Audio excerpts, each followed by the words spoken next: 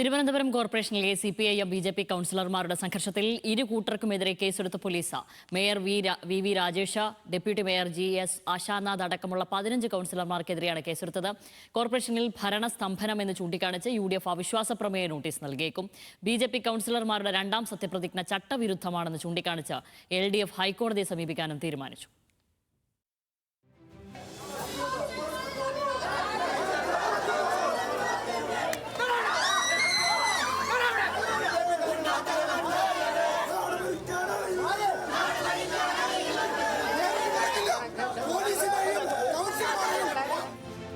കേസിൽ റിമാൻഡിലായ Vazhottukonam ward councillor R സുഗതന്റെ രാജി ആവശ്യപ്പെട്ട് LDF കൌൺസിലർമാർ കഴിഞ്ഞ ദിവസം നടത്തിയ പ്രതിഷേധമാണ് കയ്യാങ്കളിയിൽ കലാശിച്ചത്.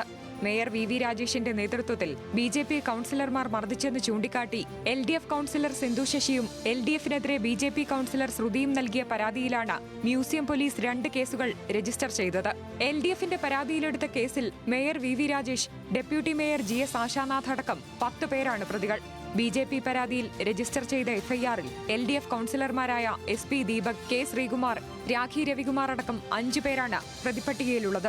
FIR-ൽ SP ദീപകിന് പകരം ദീപക് ദേവ് എന്നാണ് പോലീസ് രേഖപ്പെടുത്തിയത്. ഇത് തിരുത്തുമെന്ന് പോലീസ് അറിയിച്ചു. മേയർ VV രാജേഷിന് പരിക്കേറ്റത് മറ്റുള്ളവരെ ചവിട്ടിയാണെന്ന് CPIM സംസ്ഥാന സെക്രട്ടറി MV ഗോവിന്ദൻ ആരോപിച്ചു.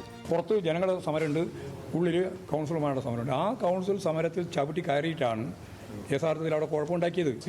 സഖാക്കൾ ഉൾപ്പെടെയുള്ള കൗൺസിലർമാർക്ക് മർദ്ദനത്തിൻ്റെ ഭാഗമായിട്ട്, ചവിട്ടിൻ്റെ ഭാഗമായിട്ട് എല്ല് പൊട്ടി എന്നുൾപ്പെടെയുള്ള തല പൊട്ടി എന്നുൾപ്പെടെയുള്ള വിവരങ്ങൾ വന്നപ്പോൾ അവസാനം അവരും ഇതിൻ്റെ ഭാഗമായിട്ട് ഞങ്ങൾക്കും പരിക്ക് പറ്റി എന്ന് പറഞ്ഞിട്ട് പോകുന്ന നില സ്വീകരിച്ചു.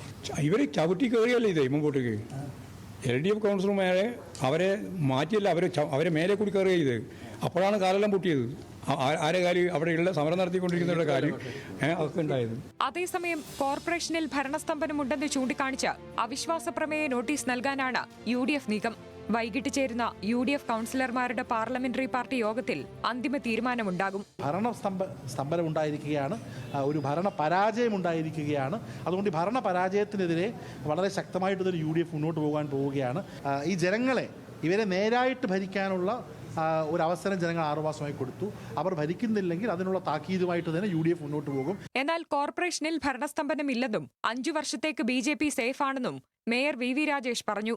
ജനാധിപത്യ രീതിയിലുള്ള പ്രതിഷേധങ്ങളെ ബഹുമാനിക്കുന്നു. ഏതൊക്കെ തരത്തിൽ തടയാൻ ശ്രമിച്ചാലും BJP പ്രവർത്തിക്കുമെന്നും മേയർ. ജനാധിപത്യപരമായുള്ള എല്ലാ സമരങ്ങളെയും ഞങ്ങൾ ബഹുമാനിക്കുകയാണ്.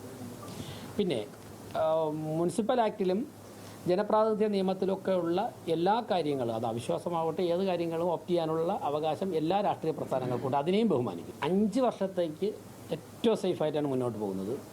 ഇപ്പോഴത്തെ അവസ്ഥയിൽ അതിനുശേഷവും 2047 വരെ, 2047 ബഹുമാനപ്പെട്ട നരേന്ദ്രമോദിയുടെ മുന്നിലുള്ള ലക്ഷ്യം, കേന്ദ്ര ഗവൺമെൻറ് മുന്നിലുള്ള ലക്ഷ്യം, അതുവരെ ഏറ്റവും സേഫായിട്ട് പോകാനുള്ള എല്ലാ സാധ്യതയും തെളിഞ്ഞു കഴിഞ്ഞു.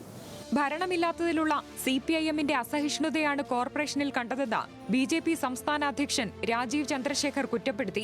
അതിനിടെ 19 BJP കൌൺസിലർമാരുടെ രണ്ടാം സത്യപ്രതിജ്ഞ ചട്ടവിരുദ്ധമാണെന്ന് ചൂണ്ടിക്കാണിച്ച് ഹൈക്കോടതിയെ സമീപിക്കാനാണ് LDF തീരുമാനം. ഡെപ്യൂട്ടി മേയർ ആശാനാഥ് അയോഗ്യയാണെന്നും വീണ്ടും തെരഞ്ഞെടുപ്പ് നടത്തണമെന്നും LDF ആവശ്യപ്പെടും.